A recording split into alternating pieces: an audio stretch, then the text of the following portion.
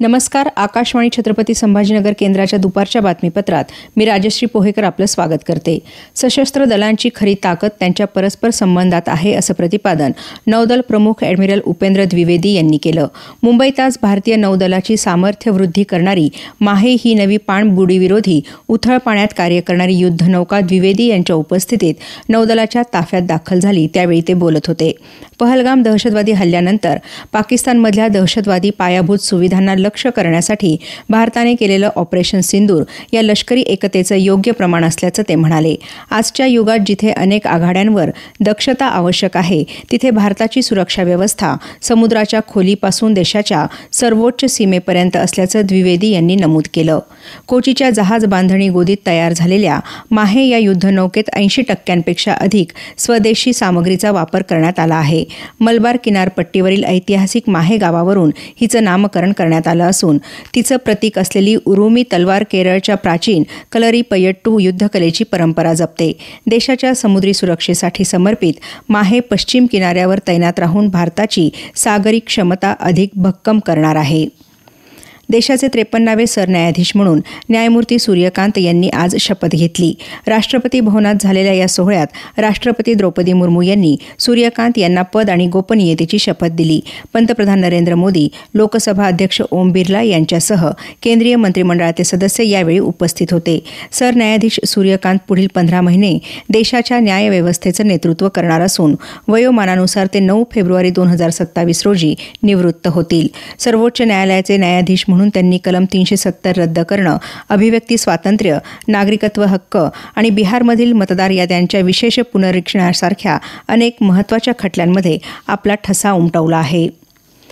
भूतानमधून भगवान गौतम बुद्धांचे अवशेष परत आणण्यासाठी अल्पसंख्याक व्यवहार मंत्री किरेन रिजिजू आज भूतानला रवाना झाले. भूतानने आयोजित केलेल्या जागतिक शांती प्रार्थना महोत्सवासाठी विशेष सन्मान म्हणून प्रदर्शनासाठी हे अवशेष पाठवण्यात आले होते.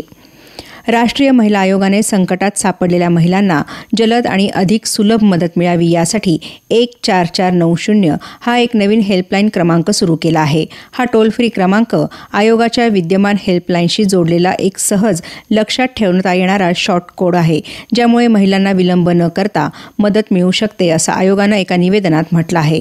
हिंसाचार, छळ किंवा कोणत्याही प्रकारच्या संकटाचा सामना करणाऱ्या महिलांना त्वरित मदत देण्यासाठी आयोगाच्या चालू प्रयत्नांना हा नवीन हेल्पलाईन क्रमांक बळकटी देईल असं याबाबतच्या वृत्तात म्हटलं आहे.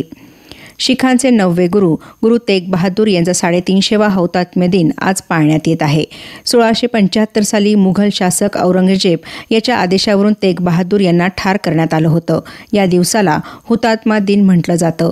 गुरु तेग बहादूर यांनी देशभरात गुरु नानक देव यांच्या संदेशाचा प्रसार केला. नांदेड इथं हौतात्म्य दिनानिमित्त अनेक धार्मिक आणि सामाजिक कार्यक्रमांचं आयोजन करण्यात आलं आहे. बीड जिल्ह्यातल्या 3 रस्त्यांसाठी केंद्रीय रस्ते आणि पायाभूत सुविधा निधी योजनेतून 40 कोटी रुपयांचा निधी मंजूर करण्यात आला आहे. यामुळे महत्त्वाच्या रस्त्यांचा प्रश्न मार्गी लागणार असल्याने दळणवळणाला चालना मिळणार असल्याचं याबाबतच्या वृत्तात म्हटलं आहे.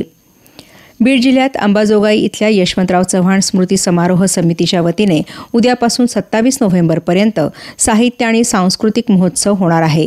यात कवी संमेलन, सुगम आणि शास्त्रीय संगीत, शालेय चित्रकला आणि बाल आनंद मेळावा, यशवंतराव चव्हाण स्मृती पुरस्कार वितरण आदी कार्यक्रम होणार असल्याची माहिती समितीचे सचिव दगडू लोमटे यांनी दिली.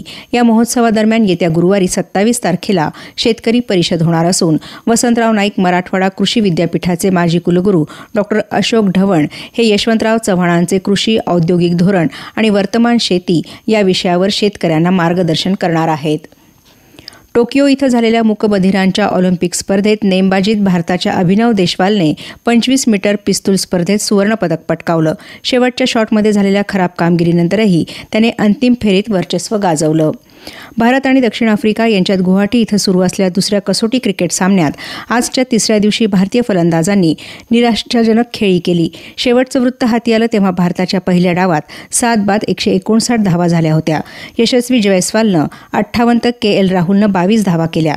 दक्षिण आफ्रिकेचा डाव 489 धावांवर संपुष्टात आला. भारत सध्या 330 धावांनी पिछाडीवर आहे. याबरोबरच हे बातमीपत्र संपलं. आमचं यानंतरचं बातमीपत्र संध्याकाळी 6:10 वाजून 10 मिनिटांनी.